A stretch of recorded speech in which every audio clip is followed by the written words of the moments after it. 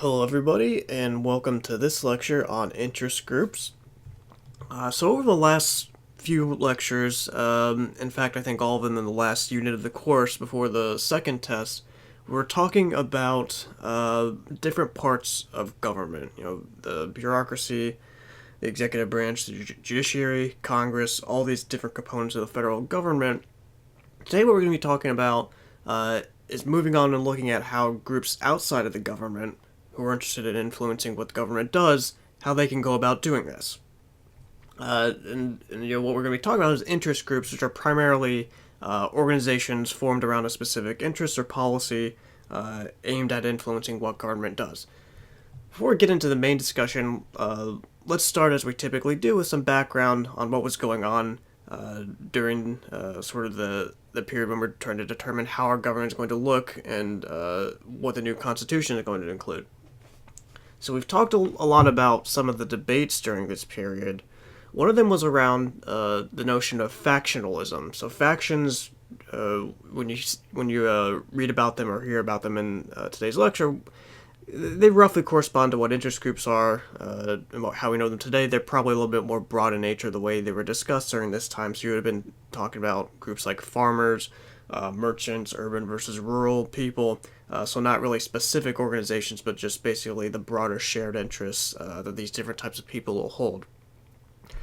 So what was one potential issue here that was being discussed is we've got all these people, these different groups, farmers versus merchants or whatever. They all have their different interests, and they are going to want them reflected in government. They're going to want to try to influence government to the extent they can to gain favorable policy.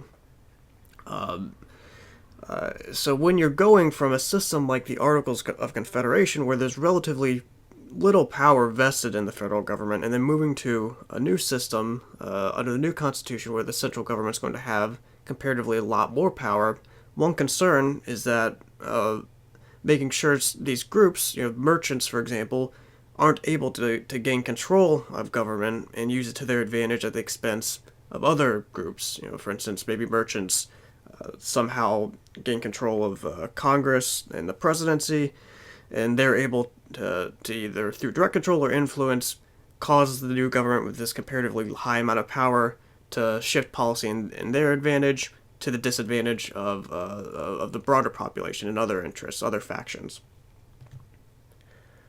So this is actually a pretty big debate during this time. You recall back to when we were talking about the ratification debates during the lecture on the Constitution. A lot of them were played out in these Federalist Papers, which were the favorable arguments for ratification by a lot of the people responsible for the draft of the Constitution. So, for example, Madison, in particular, has two really famous essays on the new government and how factions are going to work within it. So, what he puts forth as a doctrine that eventually gets to become known as pluralism. And so what this is saying is that it's basically a recognition, first of all, that yes, we have these various factions that exist in society. The United States, even back then, was a pretty geographically expansive area. We had a lot of states and a lot of different areas that do a lot of different things. So a pretty diverse set of potential interests and factions. Madison doesn't recognize this as necessarily a bad thing, though. So the fear, one fear, like we've been talking about, is that one of these factions can gain control of the government. Madison, though, says that the more likely outcome is that as long as the government is free and not corrupt, these various factions are going to have to be competing with one another for influence. And given that we're going to have, in theory at least, a non-corrupt government, there really shouldn't be any means for one particular faction to gain an excessive degree of control. So, the merchants and the farmers, when their interests collide with one another, they're going to have a roughly equal opportunity to be heard in government, and so it should really ever be the case that one particular faction gains extensive control over the various mechanisms in the federal government. Fast forwarding to the current era, We don't really talk too much about factions, but more in terms of interest groups and different lobbies. So when we talk about interest groups, here are a few really prominent examples. The AARP, Greenpeace, the NRA, National Rifle Association. These are all groups that emerge in pursuit of particular policy goals in a specific area of policy, or to represent a particular group of people in government to, again, try to gain favorable policies. So the AARP, the American Association of Retired People, this is a group that's there to try to influence government to do things that work for people in their old age as they retire or begin to retire. Greenpeace, this is an environmental group where their goal, among other things, is to influence legislation and enforcement of legislation that's favorable for environmental protection. The National Rifle Association, this is a group, you can probably guess it by the name if you're not familiar with the group itself. They're there to try to protect gun rights and prevent any sort of unfavorable legislation that may control gun rights. Speaking to the prevalence of interest groups, you can see in this chart here that their quantity increases quite a bit over time.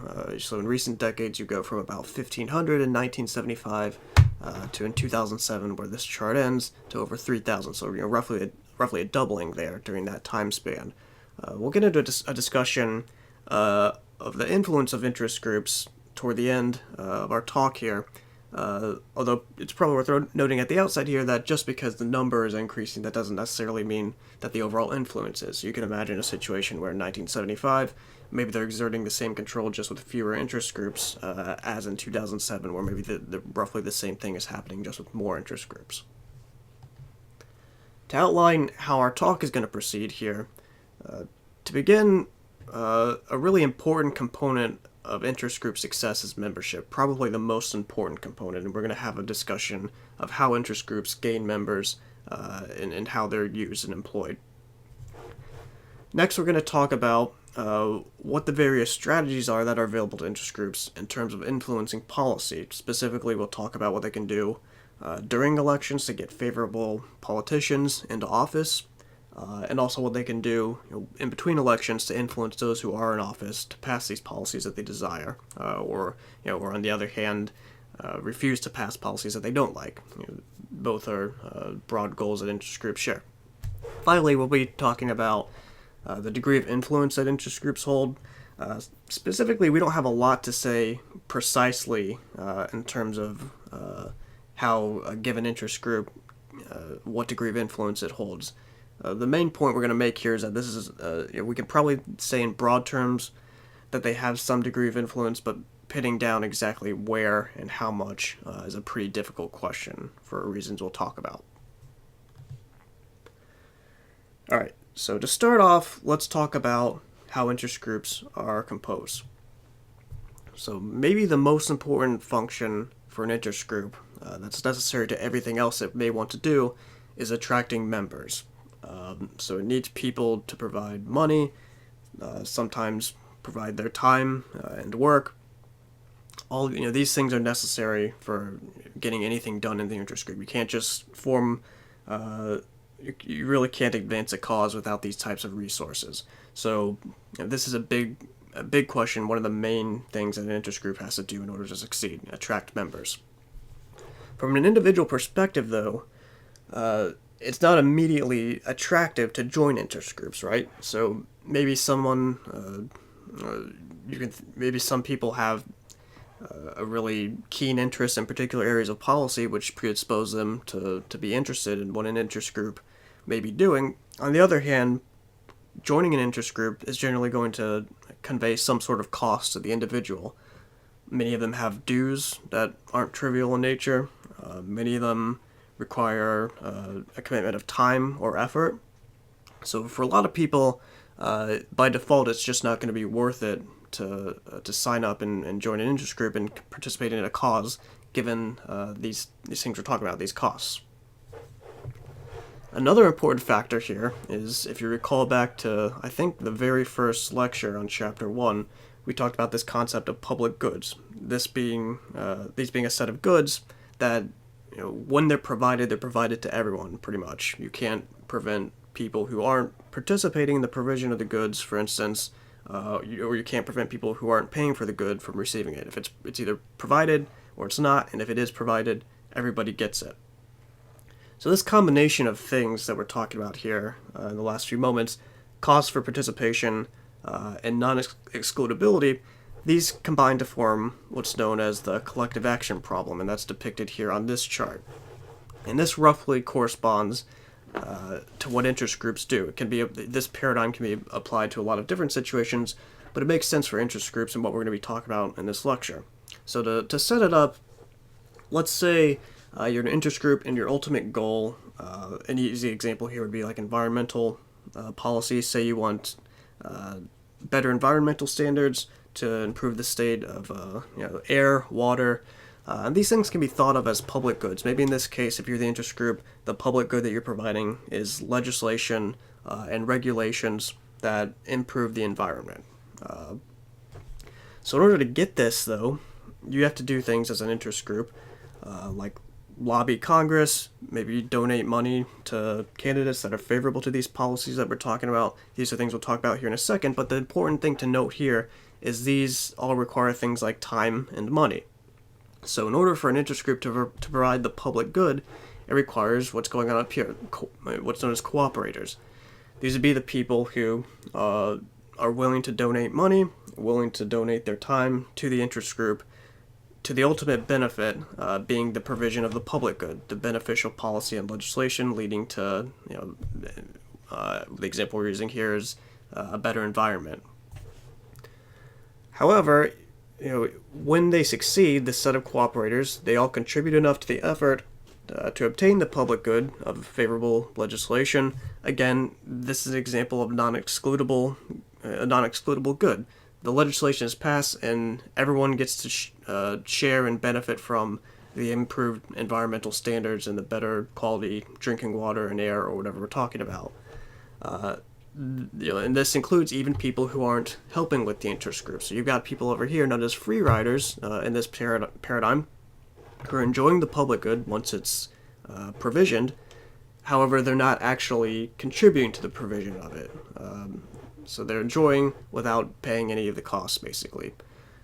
And the problem here is, how do you get people to go into this column, cooperators, which you need some minimum number of cooperators in order to actually contribute enough to get the public good, when you could just as easily be a free rider over here, get the public good, and not have to pay the cost of it. And of course, if you get too many people that follow this incentive pattern and become free riders, you're eventually going to get to the point where you don't have enough cooperators to get the public good in the first place. You won't have enough lobbyists, money to contribute to campaigns or hire lobbyists and do things that interest groups have to do to get whatever legislation they want passed. So this is in some sense, is the really key problem that interest groups are facing. Getting cooperators, in other words, people to join their interest group, and trying to minimize this column over here, the free riders who are able to benefit from it, but not necessarily cooperate. They want as many cooperators as possible. So one of the most important questions if you're an interest group is, how do you do that? How do you get people from this column, free riders, to come over to the cooperators? Really, one of the most important ways that they can do this is through the provision of what's known as selective benefits. So selective benefits allow these interest groups to overcome the collective action problem we just outlined by giving them basically incentive to do so outside of the system we just talked about. So giving them some benefit that is exclusive to group members that those who aren't in the group do not receive. So in other words, an excludable benefit in addition to the non-excludable public good that's being provided. And these type of benefits can come in a couple of different forms we're going to talk about, either material, social, or purposive.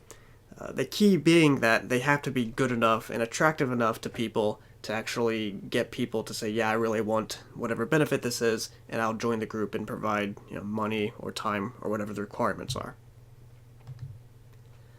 Starting with material benefits, this is maybe the most commonly thought of type of selective benefit when we talk about ways that interest groups can attract members.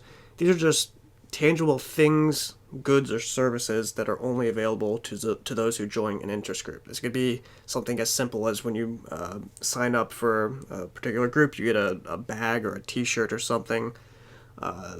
Maybe that's the most simplest example. And more substantive examples would be like in the AARP. When you join the AARP, that opens up a whole catalog of insurance options and other things that'll benefit you. If you're like a homeowner, or if you're an older person looking for health insurance. So in terms of the AARP, this is actually the largest interest group in the country in terms of membership. When they're surveyed, though, very few of them say that they joined really just because the AARP. They're really into what they do for retired people and the elderly. The majority of them are signing up for the AARP for these material benefits like we're talking about, the healthcare, insurance options, mortgage options that the AARP offers. And so, this is an interest group that's been really successful in gaining membership, which gives it additional influence based on material benefits of this type. Getting into some non-tangible benefits, though, there are also things like social benefits. So if you're someone who is really into the environment, you care a whole lot about the state of things in the environment, maybe you gain additional social benefits by being a part of an interest group where you can be in close proximity and interacting on a constant basis with people of like mind. You go to the Sierra Club meeting, everyone there is just as into the environment as you, and this provides you some degree of benefit socially speaking. It's not a particular good that you can point to, but it's just the ability to meet people and be with people of like mind. And finally, another type of intangible benefit that can sometimes help attract members are purposive benefits. This is the idea that basically you are doing something to improve the state of the world or in pursuit of something that you care about. If you're someone who really cares about animals, contributing to PETA, joining PETA, or helping them out in some case, however it may be, this will allow you to feel good about yourself because you really care about animals and you're doing what you can to help out with the cause of prevent animal cruelty, whatever's going on there.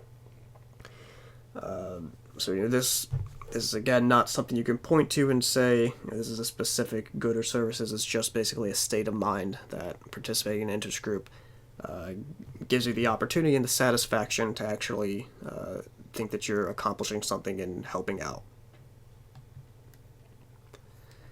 So in addition to benefits provision to members, leadership in interest groups is also really important. So we're talking about these various benefits that are being doled out to members. We'll get into what the functions, what the actual things that interest groups can do to influence policy, what they are in a minute.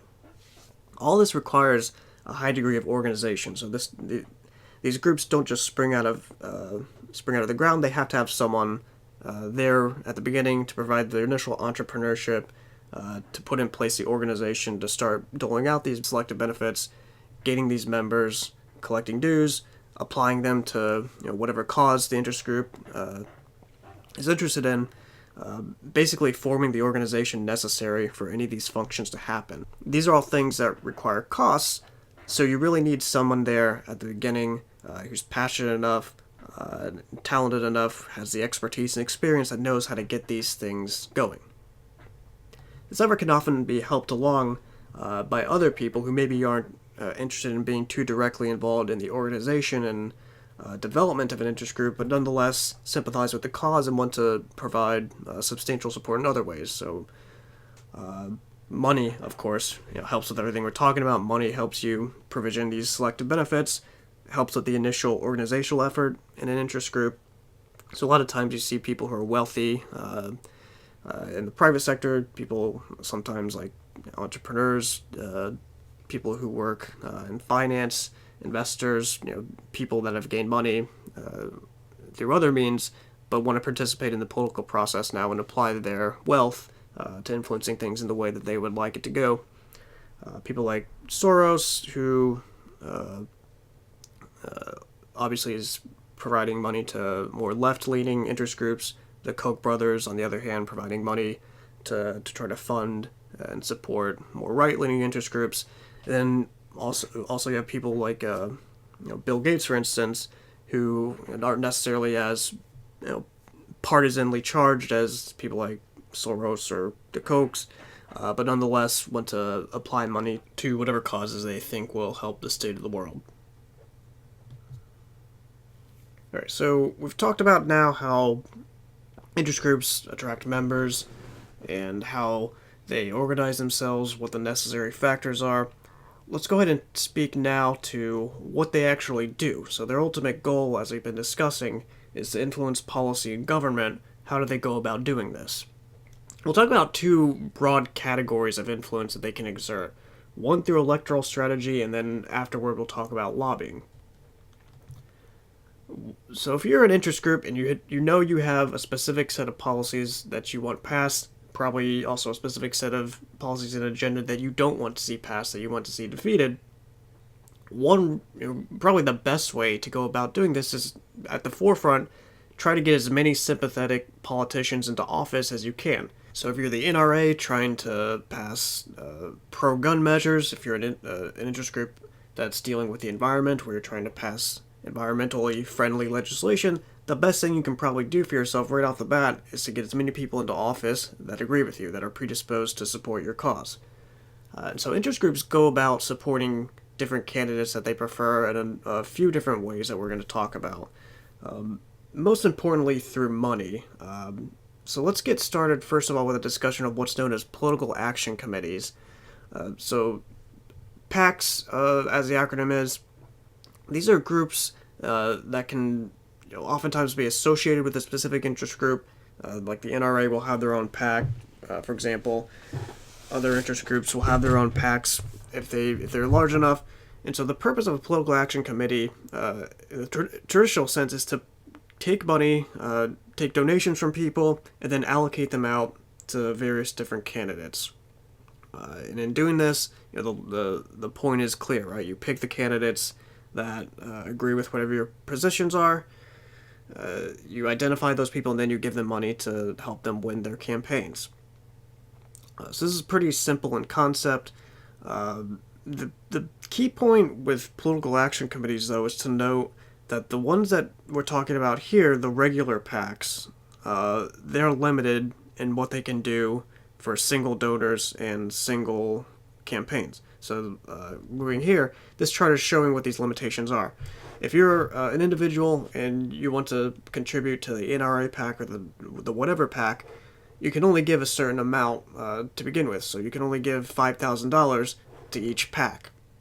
On the other hand, from the PAC's perspective, the money that they can give to any particular candidate is also limited. So, $5,000 is the maximum contribution that you can give to one particular candidate. So what you'll often see is you'll have these multi-candidate PACs, and they'll give to a whole host of candidates. Still, a lot of them will select for each congressional race who they prefer, and be able to give them the maximum of $5,000. So they're not really swaying things too much in any particular direction in one given race, but given that they're able to spread this money out to every race, they're having a little bit of an effect in a broad sense across the board. Continuing on the subject of PACs, as they've been traditionally known, we're talking about this type of PAC, which we can refer to them as regular PACs, or if you just hear PAC without any modifier to it, be thinking about these groups that are often associated with interest groups or other. They can just be independent of any other type of group that are just there to collect money and then give it to candidates that they like. In recent years, if you've paid attention to any of the last two presidential races, either in 2012 or more recently in 2016, you'll also be familiar with this term that's emerged called super PACs. This referring to a new type of spending group that's emerged in the wake of a particular Supreme Court ruling, Citizens United v. Federal Election Commission. This is a really landmark ruling as it pertains to the way campaign finance works in federal elections. So as we just said, the amount of money that PACs can contribute to candidates that's limited. $5,000 is the max. What the Citizen United case does, though, is essentially says that spending on issue advocacy or candidate advocacy, the court construes that as free speech, which is protected under the First Amendment. Basically, not to get into too much of the details of the case or the rulings, but that's what they're saying. Thus, any sort of independent expenditures, those that aren't given directly to a campaign and aren't coordinated with a particular campaign, these are unlimited. So the court's ruling that constitutionally you can't prevent people from spending money to advocate however much they want for a policy or a candidate. So what this does is it creates this new type of organization called a super PAC, which is there, and now they can collect unlimited amounts of money from any given donor. So they're no longer individuals are not subject to this limitation, $5,000. The PAC itself can spend all of this money however it wants, as long as it's not in concert with a political campaign. So they can run ads that say, elect Donald Trump, elect Hillary Clinton, don't elect Trump, don't elect Clinton. They can run ads about a particular issue. They can do this however much they want with however much money they can raise. What they can't do is give this money to any campaign, so they can't give it directly to Clinton or Trump. They can't coordinate with the campaign, at least they're not supposed to. They can't go to Hillary Clinton or Donald Trump's people and say, what is the best way to spend this money? What kind of ads should I be running? That's, in theory, prohibited, not supposed to happen. So when you think super PACs, think independent expenditures. You can advocate, you can't give directly to the candidates. And it's worth noting here that the rise of super PACs has had the effect of, for better or worse, increasing the amount of money that's spent on elections. So like I said, I think every candidate in both the primaries and the general election for the past presidential campaign would have had a sympathetic super PAC. I think maybe Bernie Sanders didn't have one that was directly tied to him, but he still had ones that were sympathetic and supporting him with spending. So each candidate or most candidates have their own super PAC. A lot of interest groups will have their own super PAC. This has the effect of just increasing the amount of money that's been spent over these more recent election cycles. Now, getting back to interest groups specifically, beyond spending money on candidates that they like, they can help them in a few other ways. So, for instance, they can put out endorsements where an interest group will say, we like this candidate, you should vote for him. This will obviously help sway the people that are members of the interest group, but sometimes also if the interest group is really well known and respected, others that aren't necessarily directly tied can be affected. Voter mobilization is also important. Interest groups can tell anyone in their membership that they can contact if you're not registered. Here, let us help you get registered. Help people that need it to have transportation or other organizational efforts to increase turnout and to the polls and in races that are competitive. Obviously, the candidates themselves will usually have this sort of infrastructure going, but interest groups can sometimes help with it as well. Voter education, and in some cases, when interest groups are really authoritative in an area of policy, what they have to say about particular aspects or race, dealing with their policy domain can sometimes help inform voters, and if it goes in a particular way, sometimes help persuade them to certain candidates rather than others. And finally, those that are members in interest groups, oftentimes the leadership will help organize them to go and do things that will help the candidate directly. So knocking on doors, making telephone calls. Sometimes these volunteer efforts can also be aided by the interest group through their membership.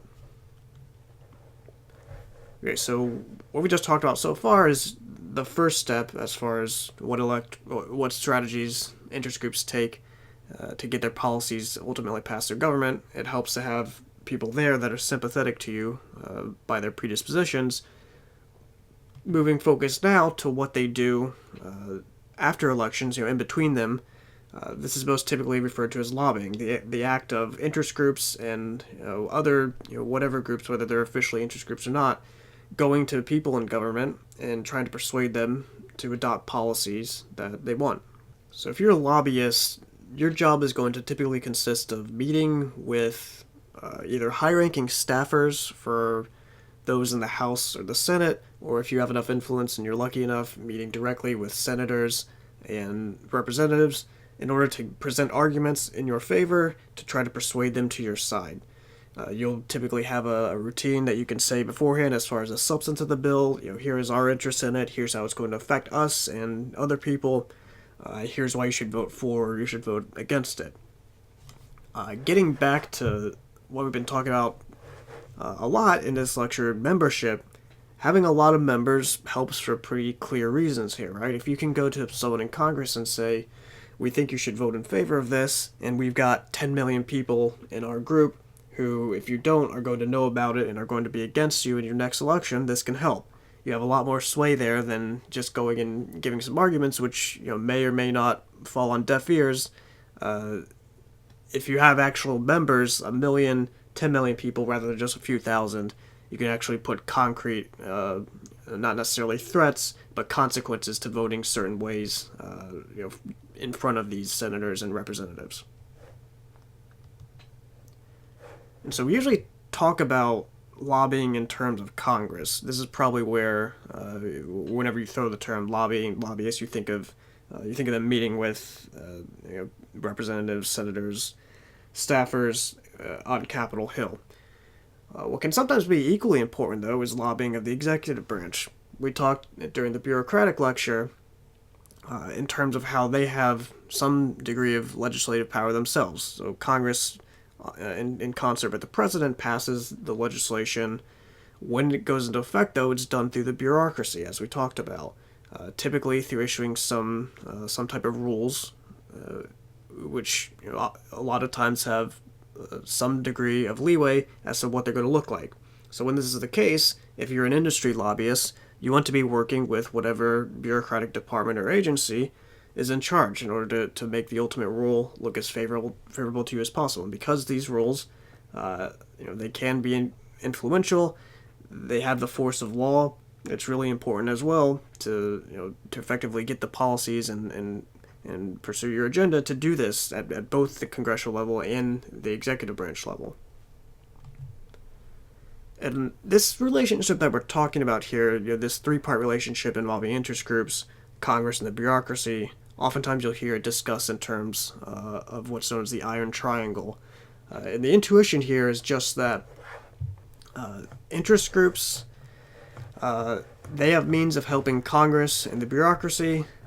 Congress has means of helping the bureaucracy and interest groups, and bureaucracy has a means of helping interest groups and Congress. So basically, these three different corners of the triangle all have the ability to scratch one another's back, and they all benefit when they do so. So if you're an interest group, you want a specific policy, dealing with, from Congress, you want favorable legislation. From the bureaucracy, you want favorable regulation. So the bureaucracy can provide electoral support from Congress. It can indirectly provide support to the bureaucracy through its influence in Congress. If you're Congress, you can help out the interest groups by giving them this favorable legislation. You can help out the bureaucracy by giving them funding. And if you're the bureaucracy, you can help Congress by just faithfully executing their laws and help out the interest groups by giving them favorable regulations. So each side, basically, in this arrangement has incentive to help the other side because they're getting, in turn, help from the other two corners of the triangle. In theory, if you're within the Iron Triangle here, this is good for you. Everything's working out the way you wish for it to. The potential issue with Iron Triangles is when, if you have a particular interest group, and only the interest group, their wishes are being served, potentially at the expense of some other group that's not in the interest group. So maybe you have an industry lobby here, as the interest group we're talking about, and they're able to secure favorable legislation, favorable regulations. This raises the possibility, given that this is a really closed loop that's going on here, that other people outside of the industry may not have an ability to penetrate it and influence the processes at all that leads to ultimate policy. This is the Iron Triangle is probably more often looked at in a negative light, just because we're like input from really all corners of society, not just a specific interest group in this process. It's really just the nature of these three groups working in such close proximity to one another so frequently that results in this sort of contained system that we're talking about. All right, so given what we just talked about, how are interest groups comprised? What do they do to try to influence policy? Let's just close with a brief discussion to try to get a sense of how successful they are. And it's probably not going to be the most satisfying conclusion we could have because really there aren't too many specific strong conclusions we can talk about in terms of interest groups. So in a broad sense, we probably intuitively can think that, yeah, they have some effect on the system and ultimate outcomes. However, wherever there's an interest group having an effect, in most cases there are a number of other things simultaneously having an effect. So when an interest group, through their PAC, donates to a bunch of congressional candidates, maybe there's some marginal effect of that $5,000, but at the same time, it's probably making up just a small drop in the overall sea of donations in any given federal election. Likewise with lobbying, we can say, okay, an interest group, some industry group lobbied Congress, maybe some specific members in a particular manner, and then Congress voted in favor of whatever the lobbying was for. But is this necessarily a causal thing? Did Congress vote this particular way only because of the lobbying, or even in strong measure because of the lobbying? These type of things are difficult to suss out. So we can say there are certain empirical patterns that we can point to indicate a degree of influence from interest groups. So if you look at spending, like on congressional campaigns, those who spend money on them, you can see that they're granted more frequently and with greater ease access to Congress through meetings. So that's potentially one avenue to influence Congress. You can see that industries and lobbying groups, interest groups that contribute to candidates, those candidates, if they win, they'll end up spending typically more time on these issues than they otherwise might. However, again, this doesn't really get you down to what you're looking for to say, okay, the interest group, they're the reason this legislation passed, or they had X amount of influence in this. It's still really difficult just to nail down what's going on here because we're talking about such a complex system. Additionally, where we would think the influence is strongest in interest groups, this is probably where these effects are going to be most difficult to find. So what we just talked about, iron triangles, getting back to that, this is the ideal situation if you're an interest group. You're basically, in concert with Congress and the bureaucracy, these other parts of the triangle, you're effectively exerting almost, the maximum degree of control here. No one else is really involved in this process of influencing policy in your area other than you, the particular interest group.